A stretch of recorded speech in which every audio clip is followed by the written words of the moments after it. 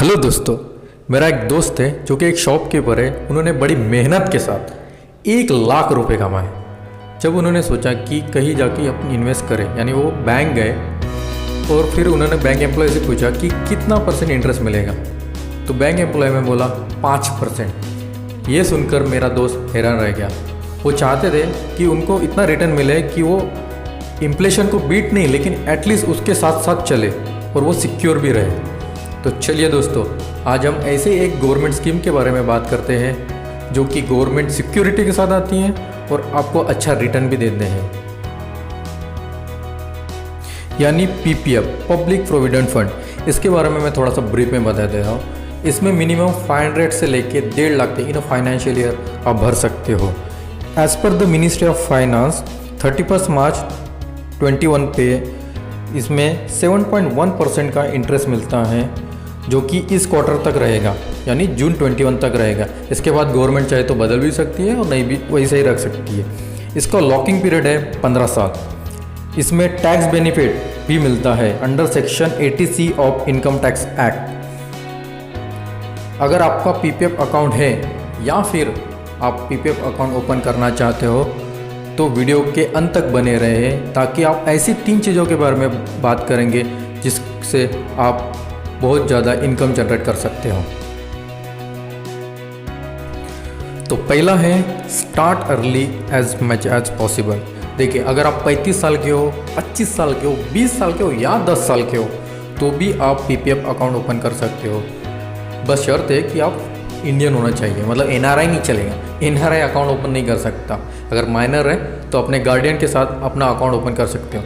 तो आप में से बहुत सारे लोग बोलेंगे सर मैं तो 20 ही साल का हूँ, तो मैं कहाँ से, मैं तो अर्निंग भी नहीं करता, तो मैं कहाँ से पैसा इन्वेस्ट करूँ। तो देखिए, आप सिर्फ साल के 500 रुपये, जी हाँ, साल के 500 रुपये में भी आप अकाउंट चालू रख सकते हो। देखिए, अगर आप 20 साल के हो तो 25 साल तक होने तक आपको नौकरी लग जाएंगी, है ना। तब तो आपको इनकम टैक्स भरना पड़ेगा, है कि नहीं। तो इसका फ़ायदा क्या होगा, आपके इधर 5 से 6 साल बच जाएंगे। 15 साल का लॉकिंग पीरियड होता है ना, तो इधर 5 से 6 साल बच जाएंगे। फिर 7 से 8 ही साल रहेंगे आपके लिए उसको मैच्योर होने के लिए। ये तो होगा पहला फ़ायदा। अब दूसरा फ़ायदा बताता हूँ। अगर कोई 1.5 लाख रुपये पर ईयर भरता है तो उसका टोटल अमाउंट बनता है 40 लाख रुपये।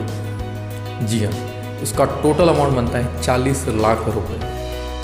हाँ, तो अब मैच्योर होने के बाद, यानी 15 साल के बाद आपके पास 3 ऑप्शन है। पहला ऑप्शन है कि आप अपना सारा पैसा निकालो और दुनिया घूमने चले जाओ, यानी एंजॉय करो, ठीक है।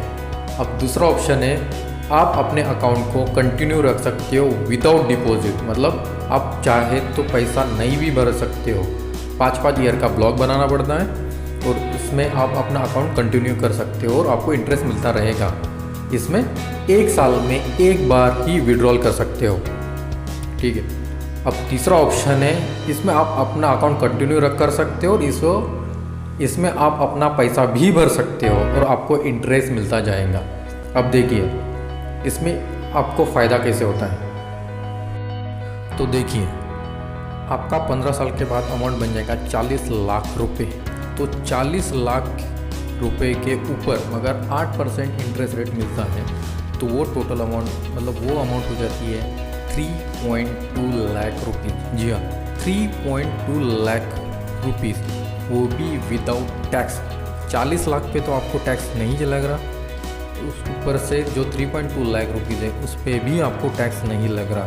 देखिए, अगर बैंक में जाते हो, अगर आपको 40,000 के ऊपर अगर इंटरेस्ट होता है एफडी पे, तो अगर 40,000 के ऊपर इंटरेस्ट जाता है तो आपको 10% का इंटरेस्ट टैक्स देना पड़ता है, और अगर पैन कार्ड नहीं है तो 20% का। तो ये है फ़ायदे स्टार्ट अर्ली इन्वेस्टमेंट करने के। तो दोस्तों, इसका दूसरा फ़ायदा है लोन अगेंस्ट पीपीएफ। अगर आप 3rd फाइनेंशियल ईयर से लेके 6th ईयर फाइनेंशियल ईयर के बीच में हो तो आप लोन के लिए एलिजिबल हो। जी हाँ, आप लोन के लिए एलिजिबल हो, वो भी बहुत ही कम दरों पे। देखिए, इस पे इंटरेस्ट लगता है, जितना इंटरेस्ट पीपीएफ पे मिलता है उससे 1% ज़्यादा। अगर मान लो 7% है तो आपको 8% पे लोन मिल जाएगा, ठीक है। अब बेसिकली और कितना लोन हुआ है, 1% ना, क्योंकि यहाँ पे तो आपको पीपीएफ पे 7% मिल ही रहा है और यहाँ पे आपको 8% देना है। तो बेसिकली आपको 1% पे, मतलब 1% पे लोन मिल रहा है। ये है दूसरा पीपीएफ का फ़ायदा। तो दोस्तों तीसरा तरीका ये है कि आप पीपीएफ अकाउंट से 3 लाख तक का इंटरेस्ट ज़्यादा कमा सकते हो। अब मैं बताता हूँ कैसे। देखिए, पीपीएफ अकाउंट में इंटरेस्ट क्रेडिट 31 मार्च को होता है, लेकिन पीपीएफ इंटरेस्ट कैलकुलेट हर महीने करता है। अब वो कैसे करता है? देखिए, 5 तारीख से लेके महीने के आखिरी तारीख तक के बीच में जो भी लोएस्ट बैलेंस है उस पर हमें इंटरेस्ट मिलता है। तो हमें क्या करना चाहिए?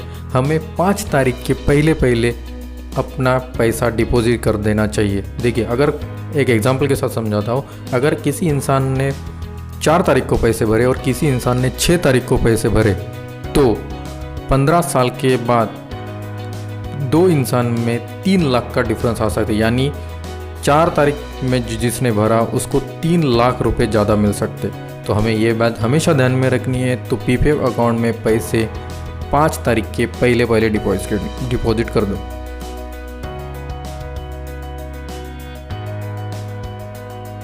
तो दोस्तों, आई होप इस वीडियो से आपने कुछ नया सीखा होगा।